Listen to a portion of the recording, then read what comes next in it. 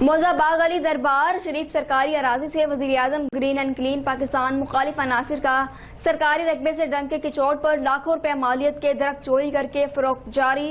مزید جانتے ہیں وسیم شاہ سے۔ میں اس وقت تحصیل خیرپور ٹامے والی شیخوین موزہ باغ علی میں موجود ہوں۔ یہاں پر قبرستان میں سرکاری درخت جو کاٹے جا رہے ہیں۔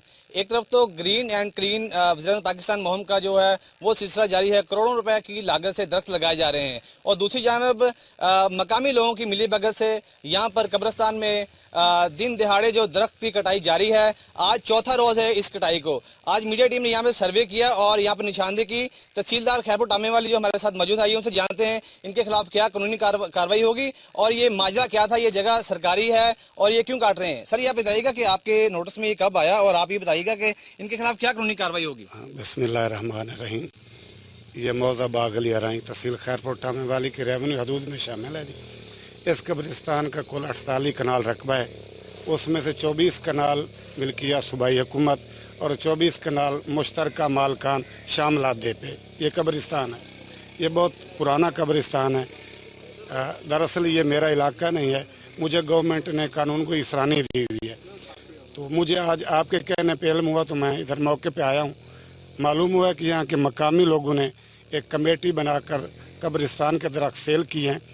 درخت سیل کرنے سے ایک تو وزیر اعظم عمران خان صاحب کے مشن کو نقصان پہنچا ہے، اور دوسرا بحیثیت مسلمان قبرستان کا تقدس پامال ہوا ہے، قبروں کی بے حرمتی ہوئی ہے۔ موقع پر موجود تمام لکڑی جو ہے وہ حوالے پولیس کر رہا ہوں، اور کاسران کے خلاف جو بھی ضابطہ کارروائی بنتی ہے وہ آج سے شروع کر دی جائے گی۔ دوسرا افسر یہ بتائیے گا کہ آپ نے کسی اعلیٰ اور پولیس افسران سے بات کی ہے، کیا نفری آ رہی ہے یہاں پر؟ اور دوسرا بھی یہ بتائیے گا کہ کہا جاتا ہے کہ درخت کی کٹائی جو ہے ایک قتل ہوتا ہے، کیا اس میں دفعہ 302 بھی لگے گی؟ جی میں نے مقامی ڈی ایس پی سید اعجاز حسین شاہ صاحب سے بھی فون پہ رابطہ کیا ہے، تو وہ پولیس بھیج رہے ہیں ادھر۔